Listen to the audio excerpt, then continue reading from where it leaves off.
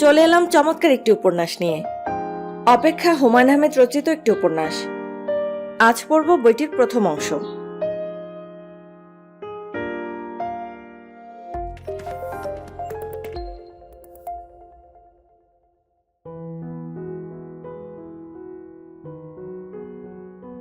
সুরাইয়া অবাক হয়ে তার ছেলের দিকে তাকিয়ে আছে।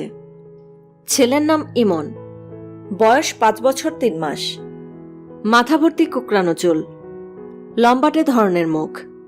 মাঝে মাঝে সেই মুখ কোনো এক বিচিত্র কারণে গুলকাল দেখায়। আজ দেখাচ্ছে। ইমন তার মায়ের বিস্মিত দৃষ্টির কারণ ধরতে পারছে না। সে ভুরু কুচকে মায়ের দিকে তাকিয়ে আছে। ভুরু কুচকানোর এই বদভ্যাস সে পেয়েছে তার বাবার কাছ থেকে। ইমনের বাবা হাসানুজ্জামান অতি তুচ্ছ কারণে ভুরু কুচকে ফেলেন। সেই কুচকানো ভুরু সহজে মসৃণ হয় না। সুরাইয়া বলল, ইমন একটা কাজ করো, আমার শোবার ঘরে যাও, ড্রেসিং টেবিলের আয়নার সামনে দাঁড়াও, দাঁড়িয়ে সুন্দর করে হেসে আবার আমার কাছে চলে এসো। ইমন বলল, কেন? আমি যেতে বলছি এই জন্য যাবে, সবকিছুতে কেন কেন করবে না। ইমন সরু গলায় বলল, সবকিছুতে কেন কেন করলে কি হয়? সুরাইয়া বিরক্ত গলায় বলল, খুব খারাপ হয়। বড়রা কোনো কথা বললে কেন কেন না করে সেই কথা শুনতে হয়। তোমাকে আয়নার সামনে যেতে বলছি, তুমি যাও। আয়নার সামনে দাঁড়িয়ে খুব সুন্দর করে হাসবে, মনে থাকে যেন। হাসলে কি হবে? হাসলে খুব মজার একটা ব্যাপার হবে। ইমন আয়নার দিকে যাচ্ছে। খুব যে আগ্রহের সঙ্গে যাচ্ছে তা না। আয়নার সামনে দাঁড়িয়ে হাসলে মজার কিছু হবে বলে তার মনে হচ্ছে না। বড়রা প্রায়ই অর্থহীন কথা বলে, এই সত্য সে ধরতে শুরু করেছে। ইমন আয়নার সামনে গেল, ঠোঁট টিপে ভুরু কুচকে নিজের দিকে তাকিয়ে রইল। মা হাসতে বলেছেন, না হাসলে মজার কিছু ঘটবে না। কাজেই সে সামান্য হাসল, এত সামান্য যে ঠোঁট পর্যন্ত ফাঁক হলো না। মজার কিছু ঘটল না, ঘটবে না তা সে জানত। বড়রা ছোটদের ভোলাবার জন্য মিথ্যা কথাও বলে। ইমন আয়নার সামনে থেকে সরে গেল, রওনা হলো তার দাদির ঘরের দিকে। মিথ্যা কথা বলায় মার কাছে তার এখন আর যেতে ইচ্ছে করছে না। সে ঠিক করল মায়ের সামনে দিয়েই সে দাদির ঘরে যাবে, তবে মায়ের দিকে ফিরে তাকাবে না। শুধু শুধু আয়নার সামনে দাঁড় করানোয় মার উপর তার রাগ লাগছে। সুরাইয়া মিথ্যা কথা বলেনি। ইমন যদি আয়নার সামনে দাঁড়িয়ে হাসত তাহলে সত্যি মজার একটা ব্যাপার ঘটত। ইমন দেখতে পেত তার সামনের পাটির একটা দাঁত পড়ে গেছে। সামান্য একটা দাঁত পড়ে যাবার জন্যে তার চেহারা গেছে পাল্টে, তাকে চেনা যাচ্ছে না। সুরাইয়া আগ্রহ নিয়ে বারান্দায় অপেক্ষা করছে। এই বুঝে ছেলের বিকট চিৎকার শোনা যাবে, মা, আমার দাঁত পড়ে গেছে। সেরকম কিছুই হলো না। ছেলেকে গম্ভীর ভঙ্গিতে বারান্দায় আসতে দেখা গেল। মার সামনে দিয়ে সে যাচ্ছে, অথচ সে তার দিকে ফিরে তাকাচ্ছে না। সুরাইয়া ডাকল, এই বেটা, এই। ইমন মায়ের ডাক সম্পূর্ণ অগ্রাহ্য করে ঢুকে গেল দাদির ঘরে। সুরাইয়ার মনটা খারাপ হয়ে গেল। এই ছেলে কি পুরোপুরি তার বাবার মতো হয়ে যাচ্ছে? রোবট মানব। কোনো কিছুতে কোনো আগ্রহ নেই, কৌতূহল নেই, বিস্মিত হবার ক্ষমতা নেই। প্রথম দাঁত পড়া যে কোনো শিশুর জন্য বিরাট রোমাঞ্চকর অভিজ্ঞতা, অথচ ইমন কেমন নির্বিকার। দাদির ঘরে ঢোকার আগে ইমন তার ছোট চাচার ঘরের সামনে দাঁড়ালো।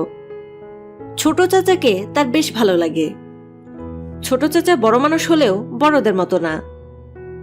ছোট চাচার ঘরের দরজা খোলা। তিনি ইমনকে দেখে ডাকলেন, এই যে মিস্টার স্ট্রংম্যান, শুনে যা। ইমনের তখন আর ঘরে ঢুকতে ইচ্ছে করল না। সে রওনা হলো দাদির ঘরের দিকে। ইমনের ছোট চাচা ফিরোজ ঘর থেকে বের হলো। সুরাইয়ার কাছে গিয়ে হাই তুলতে তুলতে বলল, ভাবি, একটু চা খাওয়াও তো। ফিরোজের বেশ কদিন ধরে জ্বর চলছে, তার চোখ লাল। শেভ করছে না বলে খোঁচা খোঁচা দাড়িতে তাকে ভয়ঙ্কর লাগছে। অসুখ বিসুখ তাকে খুব কাবু করে। এই কদিনের জ্বরে সে শুকিয়ে চিমসা হয়ে গেছে। সুরাইয়া বলল, তোমার জ্বরের অবস্থা কি? জ্বরের অবস্থা জানি না ভাবি, আমার জলবসন্ত হয়েছে বলে মনে হচ্ছে। শরীরে গোটা গোটা কি যেন উঠেছে। বলো কি, চিকেন পক্স হয়েছে? ফিরোজ হাসি মুখে বলল, হয়েছে, এবং আমি অত্যন্ত গুরুত্বপূর্ণ একটা সিদ্ধান্ত নিয়েছি। সেটাও জলবসন্তের মতোই ভয়াবহ। আমি এমএ পরীক্ষা দিচ্ছি না ভাবি। ড্রপ দিচ্ছ? ড্রপ টপ না, পড়াশোনার পাঠ শেষ করে দিলাম। এমএ পাস বেকার শুনতে খুব খারাপ লাগে, বিএ পাস বেকার শুনতে তত খারাপ লাগে না। শখানেক টাকা দিতে পারবে ভাবি? দিতে পারলে দাও। অসুখ নিয়ে কোথায় বের হবে? ফিরোজ গম্ভীর মুখে বলল, সব বন্ধুবান্ধবের বাসায় যাব। এমএ পরীক্ষা যে দিচ্ছি না এই খবরটা দেব, এবং জলবসন্তের জীবনও ডিস্ট্রিবিউট করে আসব। ওরা বুঝবে কত ধানে কত চাল। ভাবি শোনো, চা যে আনবে শুধু liquor, no milk no sugar. আচ্ছা থাক, চা লাগবে না। লাগবে না কেন? চা খাবো ভেবেই কেমন বমি বমি লাগছে। চায়ের বদলে টাকা দাও। 100 না পারলে 50, 50 না পারলে 20। সুরাইয়া শান্ত গলায় বলল, টাকা আমি দিচ্ছি, তুমি আমার কথা শোনো।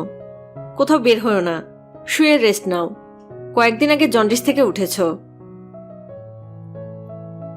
ফিরোজ শোবার ঘরের দিকে চলে গেল। বিছানায় শুয়ে থাকার জন্য গেল না, কাপড় বদলাবার জন্য গেল। 4 দিন ঘরে থেকে তার দম বন্ধ হয়ে আসছে। নিঃশ্বাস ফেলার জন্য তাকে বাইরে যেতেই হবে। জলবসন্তের জীবাণু ডিস্ট্রিবিউটের ব্যাপারেও সে রসিকতা করছে না। সে আসলেই ঠিক করে রেখেছে, সব বন্ধুবান্ধবের সঙ্গে দেখা করবে, যতদূর সম্ভব ঘষাঘষি করে আসবে। আকলিমা বেগমের ঘর থেকে তার এবং ইমনের হাসির শব্দ আসছে। ইমন হাসতে হাসতে প্রায় ভেঙে পড়ে যাচ্ছে, হেঁচকির মতো উঠছে। সুরাইয়া ভুরু কুচকে ফেলল। তার কোনো কথাই তো ছেলে এমন করে হাসে না। শাশুড়ির ঘরে কি এমন ঘটল যে হাসতে হাসতে ছেলের হেঁচকে উঠে গেল? বাচ্চারা বাচ্চাদের সঙ্গ পছন্দ করবে, 70 বছরের একজন বৃদ্ধার সঙ্গ তার এত পছন্দ হবে কেন? সুরাইয়ার সবচেয়ে যেখানে আপত্তি তা হচ্ছে ছেলে তার দাদির সঙ্গে থেকে থেকে গ্রাম্য কথা শিখে যাচ্ছে। আকলিমা বেগম বিশুদ্ধ নেত্রকোনার ভাষায় কথা বলেন। বিছুনায় না বাউদে, অর্থাৎ পাখা এনে বাতাস কর, এই জাতীয় অদ্ভুত ভাষা। শিশুরা অদ্ভুত ভাষাটাকেই সহজে গ্রহণ করে। এমন এর মধ্যেই তার দাদির কাছ থেকে বিকট বিকট কিছু শব্দ শিখেছে। খুব স্বাভাবিকভাবে সে শব্দগুলি বলে, আর সুরাইয়া আতঙ্কে অস্থির হয়। এই তো কয়েকদিন আগে এমন খুব স্বাভাবিকভাবে বলল, ব্যথা করছে। সুরাইয়া বলল, কোথায় ব্যথা করে, পেটে? এমন বলল, না পেটে না। তাহলে কোথায়? এমন ভুরু কুচকে বলল, পুন্দে ব্যথা। সুরাইয়া হতভম্ব। পুন্দে ব্যথা মানে? এটা কোন ধরনের ভাষা? সুরাইয়া প্রায় কেঁদে ফেলার উপক্রম করল। এই ছেলে কি সব ভাষা শিখছে? এমন সরু চোখে তার মায়ের দিকে তাকিয়ে আছে। তার কোথাও কোনো ব্যথা নেই। সে নতুন একটা শব্দ শিখেছে। মার উপর সে এই শব্দের প্রভাব লক্ষ্য করছে, বুঝতে পারছে প্রভাব ভয়াবহ। কাজেই এই শব্দ তাকে আরো ব্যবহার করতে হবে। সুরাইয়া শাশুড়িকে এইসব নিয়ে কিছু বলতে পারছে না। তিনি যদি স্থায়ীভাবে তাদের সঙ্গে থাকতেন তাহলে সুরাইয়া অবশ্যই বলতো। তিনি প্রতি বছর মাসখানেকের জন্য ছেলের কাছে থাকতে আসেন। সম্মানিত একজন অতিথিকে নিশ্চয়ই মুখের উপর বলা যায় না, আপনি আমার ছেলেকে আজে বাজে ভাষা শেখাবেন না। তিনি যখন পান খেয়ে মেঝেতেই পিক ফেলেন তখন তাকে বলা যাবে না, মা আপনি পানের পিক মেঝেতে না ফেলে বেসিনে ফেলবেন। তার শাশুড়ির যে ব্যাপারটা সুরাইয়ার অসহ্য লাগে তা হচ্ছে তিনি শাড়ির নিচে ব্লাউজ টাউজ কিছুই পরেন না। তার নাকি দম বন্ধ লাগে। সুরাইয়া লক্ষ্য করেছে ইমন কৌতূহলী চোখে তার দাদুর আদল গায়ের দিকে তাকিয়ে থাকে। এই বয়সের বাচ্চাদের কৌতূহল থাকে তীব্র। ইমন যে তার দাদুর ঘরে যাবার জন্য এত ব্যস্ত, এটাও তার একটা কারণ হতে পারে। এখন বাজছে 11টা। ফিরোজ জ্বর নিয়েই বের হয়ে গেছে। মনে হচ্ছে সে তার এমএ পরীক্ষা সত্যিই দেবে না। ফিরোজের এই একটা ব্যাপার আছে, হাসি তামাশা করেও যা বলে তাই। সুরাইয়া গম্ভীর মুখে বারান্দায় দাঁড়িয়ে আছে। তার হাতে ক্রিমের একটা কৌটা, কৌটায় ইমনের দাঁত। দাঁতটা সুরাইয়া সকালবেলা বিছানা ঠিক করতে গিয়ে পেয়েছে এবং অতি মূল্যবান বস্তুর মতো কৌটায় ভরে রেখেছে। ইমন নিশ্চয়ই দাঁতটা পেয়ে খুব খুশি হবে। একটা বস্তু নিজের শরীরের অংশ ছিল, এখন নেই। ব্যাপারটার মধ্যে বিরাট নাটকীয়তা আছে। ইমন তার দাদির ঘর থেকে বের হচ্ছে না। আকলিমা বেগম ডাকলেন, বৌমা হই না যাও। সুরাইয়া তার শাশুড়ির দরজার সামনে দাঁড়ালো। তার মনটাই খারাপ হয়ে গেল। কি বিশ্রী ব্যাপার, আকলিমা বেগমের শরীরের উপরের অংশে আজ কোনো কাপড় নেই। শাড়ির উপরের অংশটা তিনি কোমরে প্যাচ দিয়ে পড়ে আছেন। আকলিমা বেগম হাসি মুখে বললেন, কারবার দেখছো, ইমন্নার দাঁত পড়ছে। সুরাইয়ার গা কাটা দিয়ে উঠল। ইমন্না? ইমন্না আবার কি? তার ইমন কি কাজের ছেলে যে তাকে ইমন্না ডাকতে হবে? বান্দরটারে কি সুন্দর লাগিতেছে দেখো। বান্দর আবার ফোকলা দাঁতে হাসে। ও বান্দর, তুই হাসুস কেন? ইমন্না বান্দর হাসে, ভ্যাক ভ্যাকাইয়া হাসে। ইমন কি হাসবে? আকলিমা বেগম নিজেই হেসে কুটি কুটি হচ্ছেন। তিনি পা লম্বা করে মেঝেতে হেলান দিয়ে বসেছেন। ইমন বসে আছে তার ছড়ানো পায়ের উপর। তিনি মাঝে মাঝে পা নাড়ছেন। ইমনের আনন্দ তাতেই উথলে উঠছে। আকলিমা বেগম হাসি মুখে ছড়া কাটলেন। দাঁত পড়া কুলি পড়া মধ্যেখানে খাল, বুড়ি বেটি হ্যাজ্ঞা থুইসের 22 লম্বা নাল। এইবার হাসার পালা ইমনের। এমন মজার ছড়া মনে হয় সে তার ইহজীবনে শুনেনি। সুরাইয়া কঠিন গলায় বলল, ইমন আসো তো। আকলিমা বেগম বললেন, থাউক না, খেলতাছে খেলুক, তুমি তোমার কাম করো। ও ইমন না, দাঁতের ফাঁক দিয়ে ছাপ ফেল দেখি। ইমন দাঁতের ফাঁক দিয়ে পিচ করে থুথু ফেলল। সেই থুথু পড়ল তার দাদির গায়ে। তিনি হেসে কুটি কুটি হচ্ছেন। তার নাতিও হেসে ভেঙে পড়ছে। আনন্দের আজ যেন বান ডেকেছে। সুরাইয়া তাকালো ছেলের দিকে। ছেলে চোখ বড় বড় করে মাকে দেখছে। সুরাইয়ার বুকের ভেতর হঠাৎ মোচড় দিয়ে উঠল। আহারে, ছেলেটাকে কি সুন্দর লাগছে। সত্যি সত্যি কাঁচা হলুদ গায়ের রং। সুরাইয়া নিজে এত ফর্সা না, তার বাবাও না। ছেলে এমন গায়ের রং পেল কোথায়? দাঁত পড়ায় ছেলের চেহারা আজ আরো সুন্দর হয়ে গেছে। দাঁত পড়া ছেলেটার অদ্ভুত মুখটায় ক্রমাগত চুমু খেতে ইচ্ছে করছে। শাশুড়ির পায়ের ওপর থেকে ছেলেটাকে জোর করে ধরে নিয়ে এলে কেমন হয়? খুব ভালো হয়, কিন্তু সম্ভব না। সুরাইয়া চলে এলো। তার ইচ্ছা করছে ইমনের বাবার অফিসে একটা টেলিফোন করতে। টেলিফোন করাও সমস্যা, তাদের টেলিফোন নেই।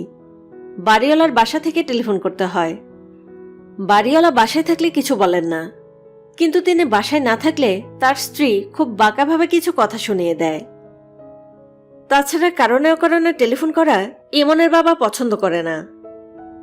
হাসানের বাবা অনেকবার বলেছে এক্সট্রিম ইমার্জেন্সি ছাড়া টেলিফোন করবে না। আমার টেবিলে টেলিফোন থাকে না, বড় সাহেবের টেবিলে টেলিফোন। ওনার সামনে এসে কথা বলতে হয়। উনি মুখের দিকে তাকিয়ে থাকেন, খুব অস্বস্তি লাগে। টেলিফোনে ইমনের বাবার সঙ্গে কথা বলতে সুরাইয়ার খুব ভালো লাগে। তার গলাটা টেলিফোনে সম্পূর্ণ অন্যরকম শোনা যায়। খুব আন্তরিক লাগে। মনে হয় গম্ভীর ধরনের একজন মানুষ মায়া মায়া গলায় কথা বলছে। সুরাইয়ার একটা ছেলে মানুষই স্বপ্ন হচ্ছে কোনো একদিন তাদের টেলিফোন আসবে এবং সে রোজ 1 ঘন্টা করে ইমনের বাবার সঙ্গে কথা বলবে। মানুষটা বিরক্ত হোক বা রাগ হোক, কিছুই যায় আসে না, সে কথা বলবেই। ছেলের দাঁত পড়ে যাওয়া নিশ্চয়ই কোনো এক্সট্রিম ইমার্জেন্সি না। টেলিফোনে এই খবর দিলে ইমনের বাবা রেগে যাবার সম্ভাবনা।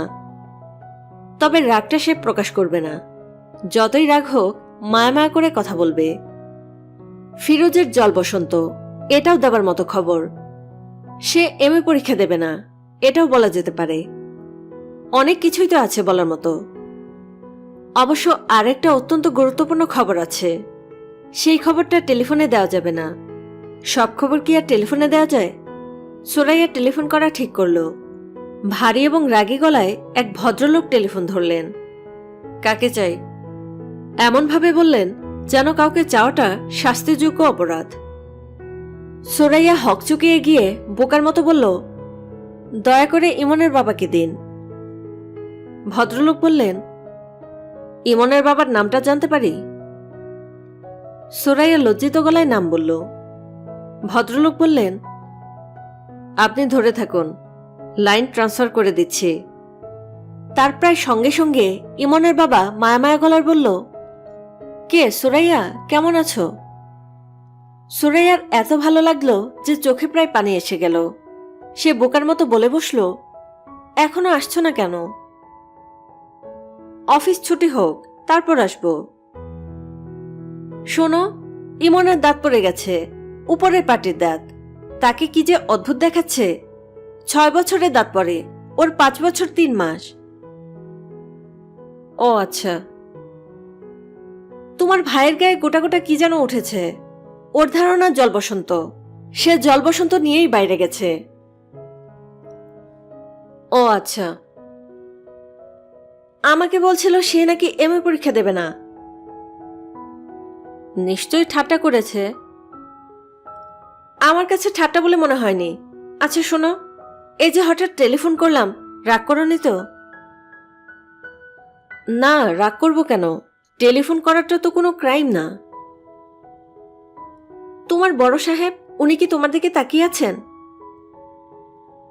উনি তাকিয়ে থাকবেন কেন? টেলিফোন তো আমার টেবিলে, আমাকে টেলিফোন দিয়েছে। বলো কি, কবে দিয়েছে? গত সপ্তাহে। ডিরেক্ট লাইন না, পিবিএক্স লাইন। গত সপ্তাহে টেলিফোন দিয়েছে, তুমি আমাকে বলনি কেন? এটা কি বলার মতো কোনো ব্যাপার? অবশ্যই বলার মতো ব্যাপার। আশ্চর্য, তুমি এরকম কেন?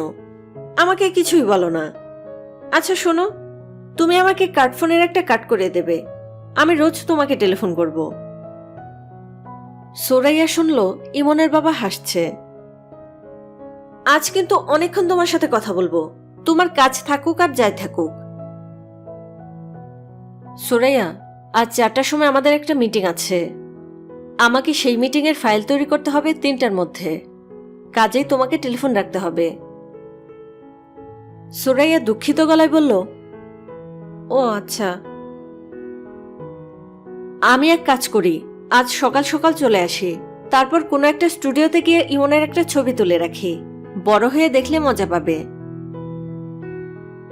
আচ্ছা। সুরাইয়া, রাখি। ইমনের বাবা টেলিফোন রেখে দিল।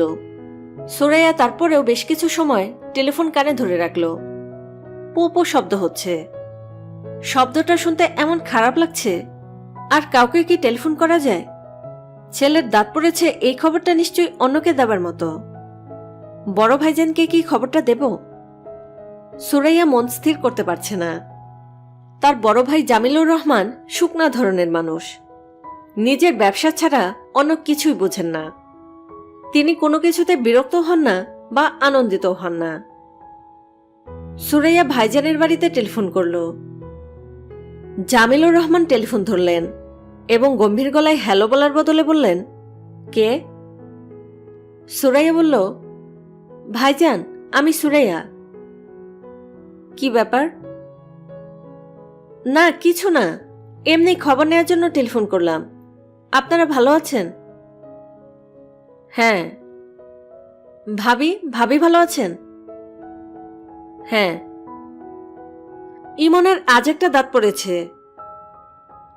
ও আচ্ছা। মিতুর কি দাঁত পড়েছে? মিতুর বয়স তো ইমনের কাছাকাছি। ইমনের 2 মাসের ছোট। মিতুর দাঁত পড়েনি? জানি না তো।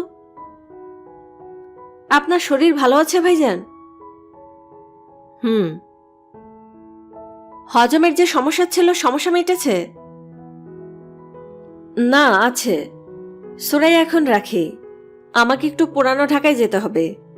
তোরা একদিন চলে আসিস, জামাইকে নিয়ে আসিস, তোর শাশুড়িকেও নিয়ে আসিস। সুরাইয়া কিছু বলার আগেই তিনি টেলিফোন রেখে দিলেন। সুরাইয়া তারপরেও টেলিফোন কানে দিয়ে রাখল। পো পো শব্দ হচ্ছে, মন খারাপ করার শব্দ। তারপরেও আজ কেন জানি শব্দটা শুনতে ভালো লাগছে। মানুষের জীবনে এক একটা দিন এক এক রকম হয়ে আসে। কোনো কোনো দিনে মন খারাপ হওয়ার মতো ঘটনা ঘটলেও মন খারাপ হয় না, বরং মন ভালো হয়ে যায়। আজ মনে হয় সেরকম একটা দিন। ব্যাপারটা কি? রাত 11টা বাজে, ইমনের বাবা এখনো আসছে না। সুরাইয়া প্রাণপণ চেষ্টা করছে দুশ্চিন্তা না করতে। যেদিন সকাল সকাল বাড়ি ফেরার কথা থাকে সেদিন দেরি হয় এটা জানা কথা। তার কোনো বন্ধু হয়তো তাকে বাসায় ধরে নিয়ে গেছে, তার ছেলের জন্মদিন বা এই জাতীয় কিছু। রাতে না খাইয়ে ছাড়বে না। খাওয়া দাওয়া শেষ করে গল্প করতে করতে দেরি হচ্ছে। সুরাইয়া বারান্দায় হাঁটাহাঁটি করছে। একবার ফিরোজের ঘরে উকি দিল। ফিরোজও ফিরেনি। তাকে নিয়ে দুশ্চিন্তা করার কিছু নেই। সে প্রায়ই রাত বেরাতে বাড়ি ফেরে। একবার ফিরেছিল রাত 3টায়। কিন্তু ইমনের বাবা তো কখনো এত দেরি করে না। সত্যিকারের কোনো বিপদ হয়নি তো? বড় শহরের বিপদগুলিও হয় বড় বড়।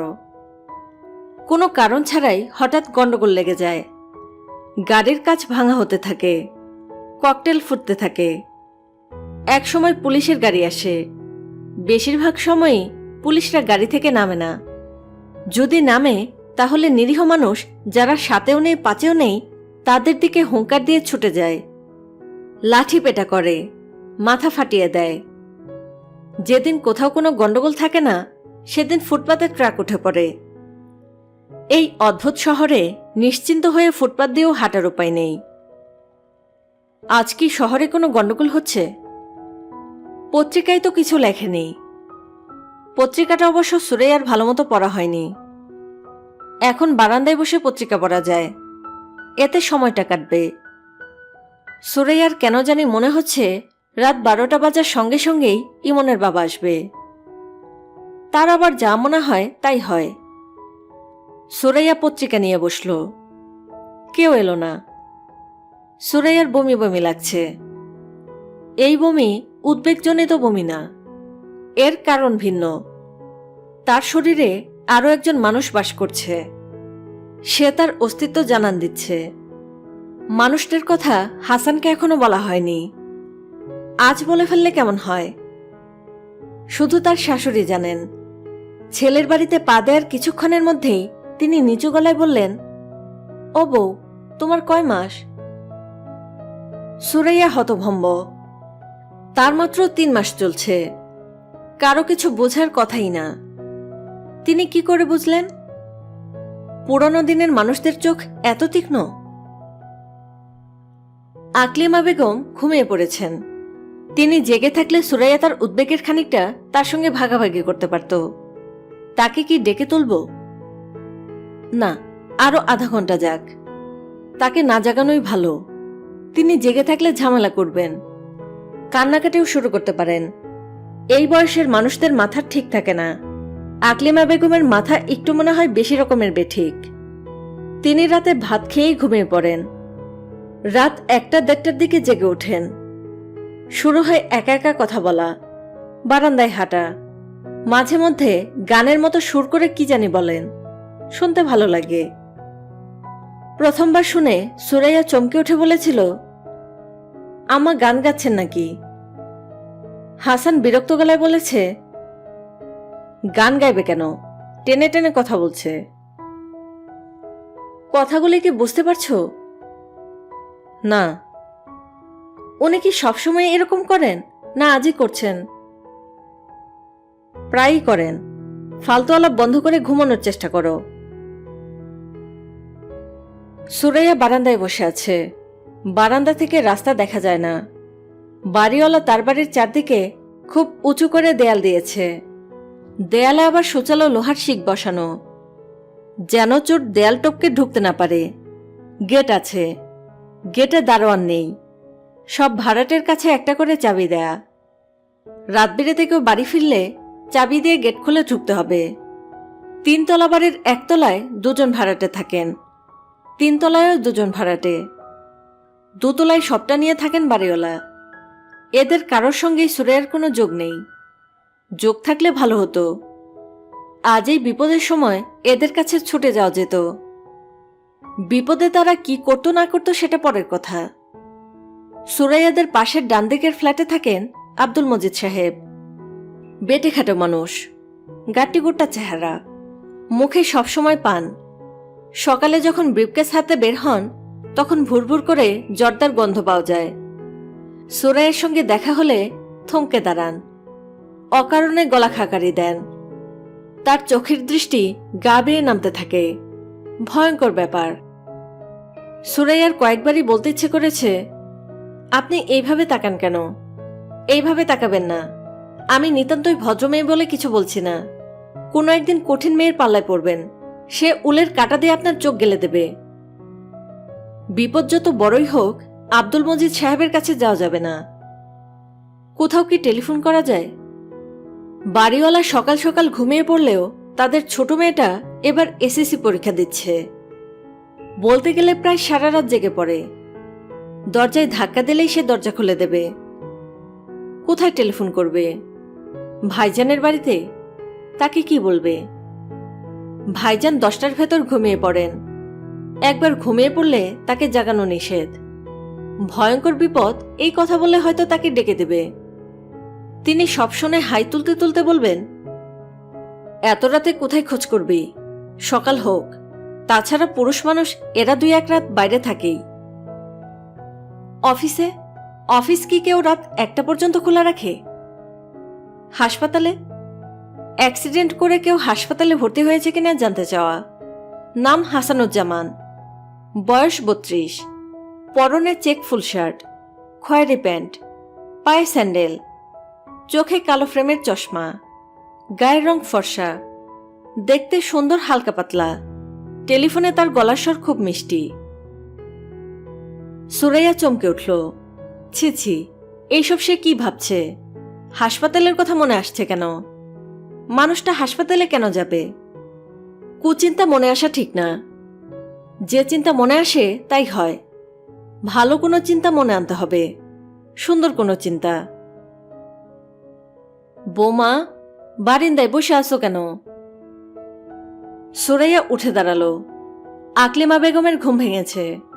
তিনি বারান্দায় চলে এসেছেন। বাকি রাতটা বারান্দায় হাঁটাহাঁটি করে এবং গান গেয়ে কাটাবেন। সুরাইয়া বলল, আম্মা, ও এখনো ফেরেনি। রাত কত হইছে? 2টা বাজতে 5 মিনিট। রাত তো মেলা হইছে। জি। তুমি ভাত খাইছ? জি না। যাও, তুমি গিয়া ভাত খাও। চিন্তার কিছু নাই। পুরুষ মানুষ 2-1 রাত দেরি করেই। এইটা নিয়ে চিন্তার কিছু নাই। বন্ধু বান্ধবের বাড়িতে গেছে, টাস খেলতেছে। ও টাস খেলে না মা। খেলে না বললা যে কোনোদিন খেলবো না এমন তো কোনো কথা নাই। বিলাই আর পুরুষ মানুষ এই 2 জাতের কোনো বিশ্বাস নাই। 2টাই সুকসুকানের জাত। যাও, ভাত খাইতে যাও। আমি বসতেছি। যাও কইলাম।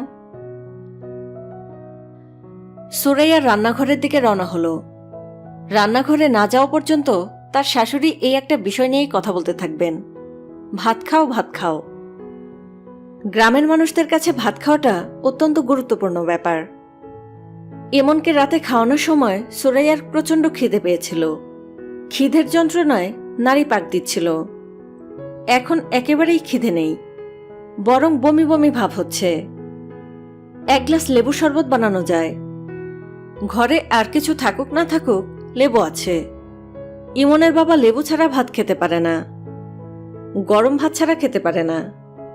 পাতে যখন ভাত দেওয়া হবে তখন সেই ভাতে ফ্যান মাখা থাকতে হবে। ফ্যান মাখা ভাত থেকে ধোঁয়া উঠতে হবে। এমন গরম ভাত মানুষ কপ কপ করে কিভাবে খায় কে জানে। সুরাইয়া চুলা ধরালো। রাতের বেলা হাসান যখন বলে ভাত বাড়ো, খিদে লেগেছে, তখনই সে চুলা ধরিয়ে আধাপটি চাল দিয়ে দেয়। হাসানের হাত মুখ ধুয়ে টেবিলে খেতে আসতে আসতে চাল ফুটে যায়। আজকের অবস্থা ভিন্ন। ভাত রাধা থাকুক, কিছু একটা নিয়ে ব্যস্ত থাকা। ভাত রাতেও তো কিছু সময় যাবে। আকলিমা বেগম মেঝেতে পা ছড়িয়ে বসেছেন। তিনি চেয়ারে বসতে পারেন না, খাটে বসতে পারেন না। রাতে ঘুমাবার সময়ও মেঝেতে চাদর বিছিয়ে ঘুমান। সুরাইয়া মেঝের মশারি খাটিয়ে দিতে চেয়েছে, তিনি রাজি হননি। মশারা নাকি তাকে কামড়ায় না। বুড়া মানুষের শরীরে কোনো টেস্ট নাই গো বউ, শরীরে মশা বয় ঠিকই, কামড় দেয় না। আজ আকলিমা বেগমকে মশা কামড়াচ্ছে। তিনি এর মধ্যে কয়েকটা মশা মেরে ফেলেছেন। মৃত মশাগুলি জড়ো করছেন, যেন এরা মহামূল্যবান কোনো প্রাণী। এদের মৃতদেহগুলির প্রয়োজন আছে। আকলিমা বেগমের বুক ধরফর করছে। এত রাত হয়ে গেল, ছেলে বাসায় ফিরছে না কেন? এই বয়সে সবচেয়ে খারাপটাই আগে মনে হয়। ভয়ঙ্কর কিছু ঘটে গেছে কি? আজকের রাতটা কি কোনো ভয়ঙ্কর রাত? তার 70 বছরের জীবনে অনেক ভয়ঙ্কর রাত এসেছে এবং চলেও গেছে। হাসানের বাবার মৃত্যুর কথাই ধরা যাক। কবুতরের খুপড়িতে হাত দিয়েছে, কবুতর ধরবে। নতুন আলু দিয়ে কবুতরের মাংস রান্না হবে। হাত দিয়েই হাত টেনে নিল। রাঙা বউ ইন্দুরে কামড় দিছে, কবুতরের বাসা তিন্দুর। না, ইঁদুর না, সাপ, বিরাট এক সাপ। তাদের চোখের সামনেই কবুতরের খোপ থেকে বের হয়ে এলো। দুইজনেই হতভম্ব। আকলিমা বেগম দিশা হারালেন না, সঙ্গে সঙ্গেই পাটের কোষ্টা দিয়ে হাত বাঁধলেন। ওঝা আনতে লোক পাঠালেন। কালা গরুর দুধে হাত ডুবিয়ে রাখলেন। সাদা বর্ণের দুধ যদি কালচে হয়ে যায় তাহলে বুঝতে হবে জীবনের আশা নেই। দুধ কালচে হলো না। আকলিমা বেগম আশায় আশায় বুক বাঁধলেন। ওঝা এসে পড়ল দুপুরের মধ্যে। ঘণ্টাখানিক ঝাড়ফুঁকের পর বাঁধন খোলা হলো। মানুষটার শান্তির নিঃশ্বাস ফেলে বলল, হাত জুইলা যাইতেছিল, এখন ব্যথা কমছে। পানি খাবো বউ, পানি দাও। পানি আনা হলো। পানির গ্লাস হাতে নিয়ে মুখে দেবার আগেই লোকটা মারা গেল। এইসব কথা আকলিমা বেগম মনে করতে চান না, তবে মাঝে মাঝেই মনে পড়ে। লোকটা পানি খেয়ে মরতে পারল না, ভরা গ্লাস হাতে নিয়ে ধরফর করে মরে গেল। এই দুঃখও কম কি? জগতের কোনো দুঃখই কম না। ছোট দুঃখ বড় দুঃখ সব দুঃখই সমান। আজ তার জন্য কি দুঃখ অপেক্ষা করছে কে জানে। মন শক্ত করে রাখতে হবে। বাচ্চা বউটার দিকে তাকিয়ে মন শক্ত করতে হবে। বাচ্চা মানুষ, দুঃখ পেয়ে অভ্যাস নেই। বউটাকে ভুলিয়ে ভালিয়ে রাত পার করতে হবে। দিনের বেলা যে কোনো কষ্টই সহনীয় মনে হয়, রাতে ভিন্ন ব্যাপার। কিছু কিছু রাতকে এই জন্যে বলে কাল রাত। কাল দিন বলে কিছু নেই। এটাও একটা আশ্চর্য ব্যাপার। তিনি তার দীর্ঘ জীবনের অভিজ্ঞতায় দেখেছেন, নরম মেয়েগুলি কঠিন বিপদ সামাল দিতে পারে, শক্ত মেয়েগুলি পারে না, চিত হয়ে পড়ে যায়। এই শক্তের একটা গ্রাম্য নাম আছে, চিত শক্ত। আম্মা, চা নেন। আকলিমা বেগম চায়ের কাপ হাতে নিলেন।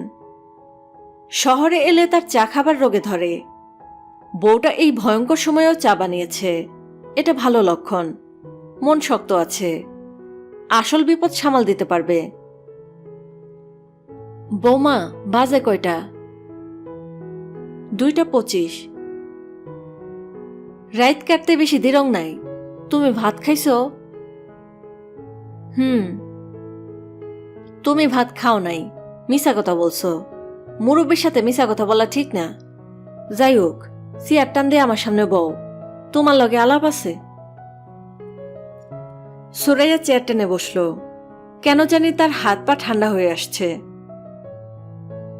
বৌমা, মন দিয়ে শোনো। আমি একটা গণা গুনছি। গণার মধ্যে পাইছি হাসান ভালো আছে, কাজেই মন খারাপ করবা না। সে আসবো সকালে। কি গণা গুনেছেন? সেটা তুমি বুঝবা না। আমি পুরানকালের মানুষ, আমি অনেক গণা জানি। আকলিমা বেগম কোনো গণা জানেন না। বাচ্চা মেয়েটার মন শান্ত করার জন্য কিছু মিথ্যা কথা বলা, এই মিথ্যা বলার জন্য তার পাপ হচ্ছে, আবার মেয়েটার মন শান্ত করায় পুণ্য হচ্ছে। পাপ পুণ্যের কাটাকাটি হয়ে সমান সমান। ইমন জেগে উঠেছে, কাঁদছে, তাকে বাথরুম করাতে হবে। সুরাইয়া ছেলের কাছে গেল। আকলিমা বেগম আরাম করে চায়ের কাপে চুমুক দিচ্ছেন। ছেলে ফিরছে না, এই দুশ্চিন্তা এখন আর তার মাথায় নেই। গনার ব্যাপারে যা বলেছেন তা সম্পূর্ণ মিথ্যা। বাচ্চা মেয়েটাকে শান্ত করার জন্যই বলা। বউটা তাকে দেখতে না পারলেও তিনি তাকে খুবই পছন্দ করেন। মেয়েটার মনে দরদ আছে, স্বামীর জন্য সে খুবই ব্যস্ত। আকলিমা বেগমের ঘুম পাচ্ছে, তিনি বারান্দা থেকে উঠলেন। কিছুক্ষণ ঘুমালেও কাজে আসবে। সকালে কোন ভয়ঙ্কর সংবাদ এসে উপস্থিত হয় কে জানে। ইমন বাথরুমে ঢুকল, পানি খেল, সবকিছুই ঘুমের মধ্যে। সুরাইয়া তাকে বিছানায় শুইয়ে দিল। ঘুমের মধ্যেই সে বিড়বিড় করে কথা বলছে, আবার মাঝে মাঝে দাঁত কটকট করছে। পেটে কৃমি হয়েছে নাকি? যেভাবে চিনি খায় পেটে কৃমি হওয়া বিচিত্র না। সুরাইয়া ক্লান্ত গলায় ডাকল, বাবু, ও বাবু। ইমন ঘুমের মধ্যেই বলল, কি? তোমার বাবা এখনো আসছে না কেন গো বাবু? ও, আমার খুব অস্থির লাগছে গো সোনা। ইমন আবারও বলল, ও। আর তখনই বারান্দায় রাখা পানির বালতি থেকে পায়ে পানি ঢালার শব্দ হলো। এই শব্দ সুরাইয়ার পরিচিত শব্দ। ইমনের বাবা বাইরে থেকে এলেই প্রথম যে কাজটা করে বালতি থেকে পানি নিয়ে পায়ে ঢালে। তার জন্য বালতি ভর্তি পানি এবং একটা মগ বারান্দায় রাখা থাকে। সুরাইয়ার শরীর ঝিমঝিম করছে। ছুটে গিয়ে যে দেখবে সেই শক্তিও তার নেই। বারান্দায় যেতে ভয় লাগছে। গিয়ে যদি দেখে সে না, ইমনের দাদি নামাজে রজু করছেন। রাত বিরাতে অজু করার অভ্যাস। নামাজের জন্য অজু করবেন, তারপর নামাজ পড়তে ভুলে যাবেন। সুরাইয়া উঠল, বারান্দায় এসে দাঁড়ালো। ইমনের বাবা না, ফিরোজ বালতি থেকে পানি নিয়ে পায়ে ঢালছে। ফিরোজ বলল, কি হয়েছে ভাবি, এভাবে তাকিয়ে আছো কেন? সুরাইয়া জবাব দিতে পারল না। তার মাথা ঘুরে উঠল। সে হাত বাড়িয়ে দেয়াল ধরতে চেষ্টা করল, ধরতে পারল না। ফিরোজ ছুটে এসে ধরে ফেলার আগেই মেঝেতে পড়ে গেল।